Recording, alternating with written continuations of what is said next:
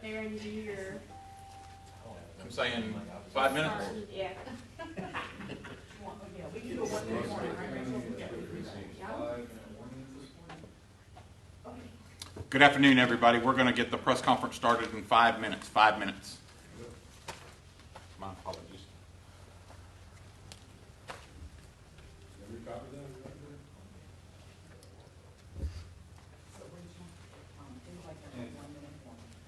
All right.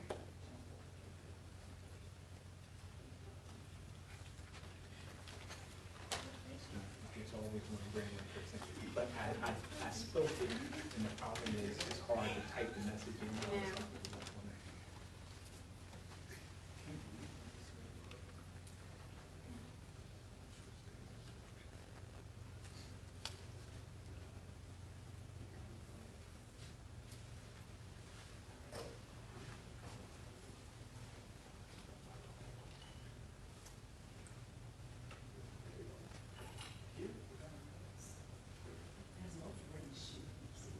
So the sheriff's going to answer questions, but he doesn't need to make any comments, so.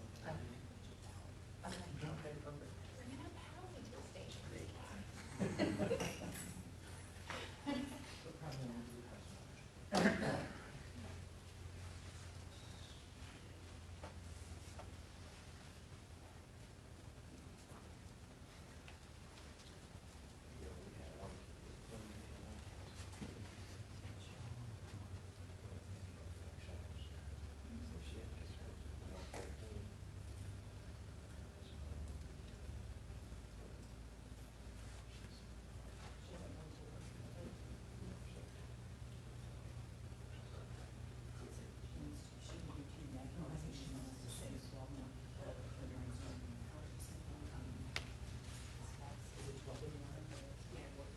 We'll be starting in about 1 minute.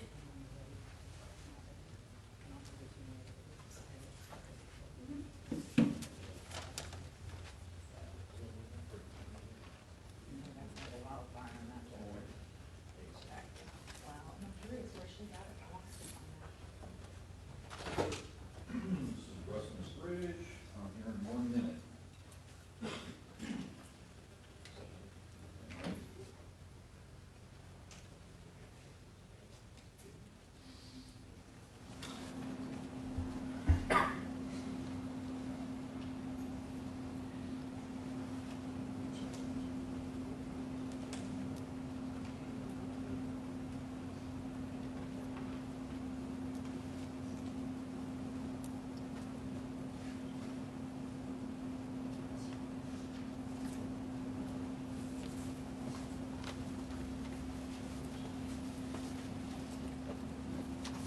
All right, good afternoon, everybody. John Ward, Director of Emergency Management here with Unified Command with our partners that are responding to the COVID-19 event here in Clay County. Just a quick update, and then Heather will begin speaking from the health department perspective. We have 79 positive cases and a total of 6 deaths so far to date. As far as any of our updated numbers, please go to alert.claycountygov.com, where we've rebuilt that site to have all the COVID-19 data accessible from there rather than going to multiple different sites. Again, that'll be alert.claycountygov.com. We're on day 25 of Unified Command, working on with our partners from BCC, the Department of Health, Sheriff's Office, School District, municipalities, hospitals, and our utility partners. We are preparing again for another 6 to 8 weeks more of this, but I do want to say what our community is doing is helping stop the spread. The physical distancing that we're seeing is working, and we just ask that you continue to do this over this next 6 to 8 weeks of maintaining groups of less than 10, and then also keeping that physical distance of 6 feet or more. We're continuing our daily communications with our state and federal partners as it responds to this, as this is a nationwide and a worldwide event. So as far as resources, commodities, those type of things, they're very slow in coming in. So we're working with our partners on trying to expedite those processes as our larger manufacturing companies are continue to process more and get them in theater. Again, the physical distancing is what we need to continue on. We're starting to see a lot of folks that are continually taking this seriously, which is good. And then we saw good turnouts at our turnouts at our parks where people were keeping those small groups and the physical distancing there. The governor will continue to monitor the governor's executive order 2091, the Safer at Home executive order. We've been working with our law enforcement partners as they've been monitoring that with our businesses. It also is, if you're 65 and older with any underlying medical conditions, you shall stay at home. And then all of our citizens here in the county need to limit their movement except for essential services. Going to the store, getting those groceries, going to work, whatever it may be. It's just really trying to limit that movement to stop the spread. CCSO has currently been working with patrolling our parks, and then also our boat ramps. FWC has been monitoring the waterways. It's to make sure the boats are keeping those 50-foot distances with boats.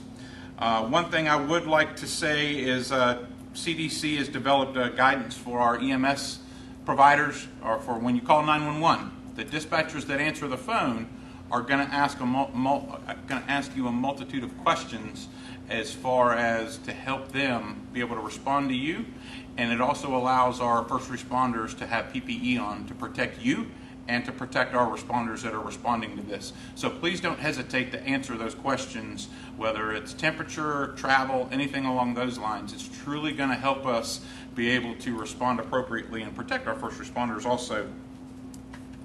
We've been working aggressively with our food banks.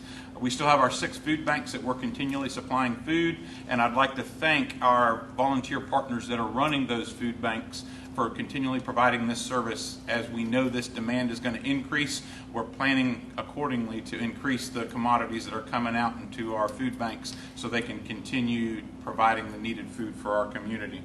And then as far as the call center, our call center, as always, is open 7 days a week, 877-252-9362, and that is open Monday through Sunday, 8 to 5.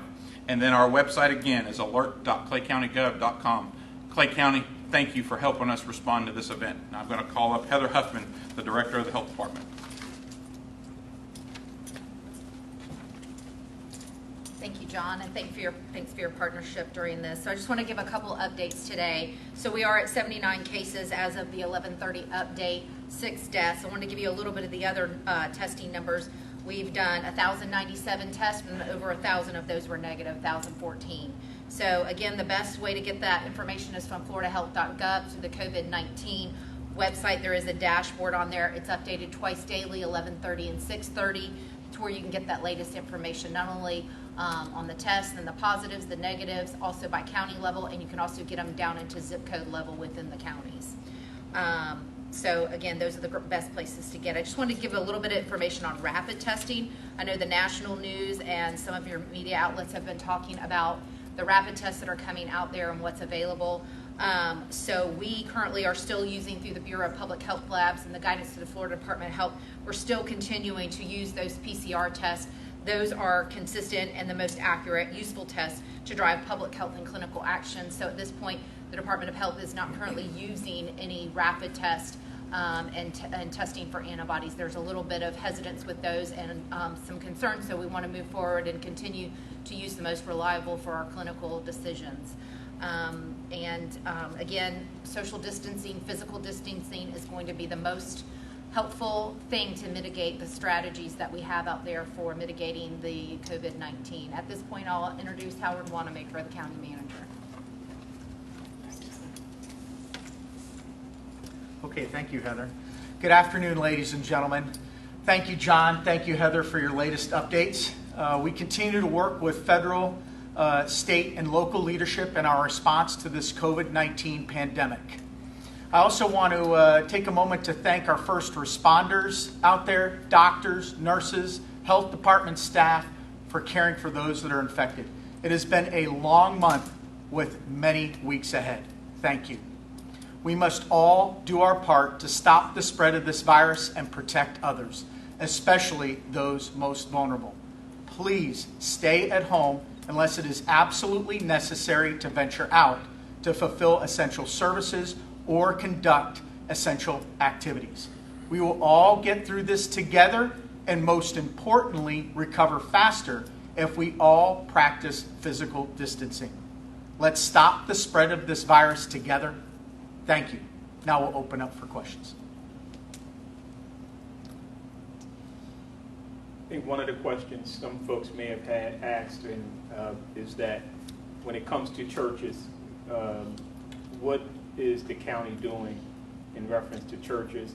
Are there a certain amount of folks that are allowed to be in the church, or can churches still have the max capacity that they can hold? Yeah, that's a good question. So we've really kind of left it up to each leadership of each church that's out there, but to follow, and highly encourage them to follow the CDC's guidelines for 10 and under for the capacity of their churches and house of worships. I do know that there are many churches out there that are conducting services in parking lots, and their parishioners are remaining within their vehicles there. I think no longer than about 45 minutes to an hour, so that no one needs to use the facilities or get out of their car, and then they can return home. That is a viable option to take for those coming up for Sunday coming up. Good question. Thank you. Any other questions?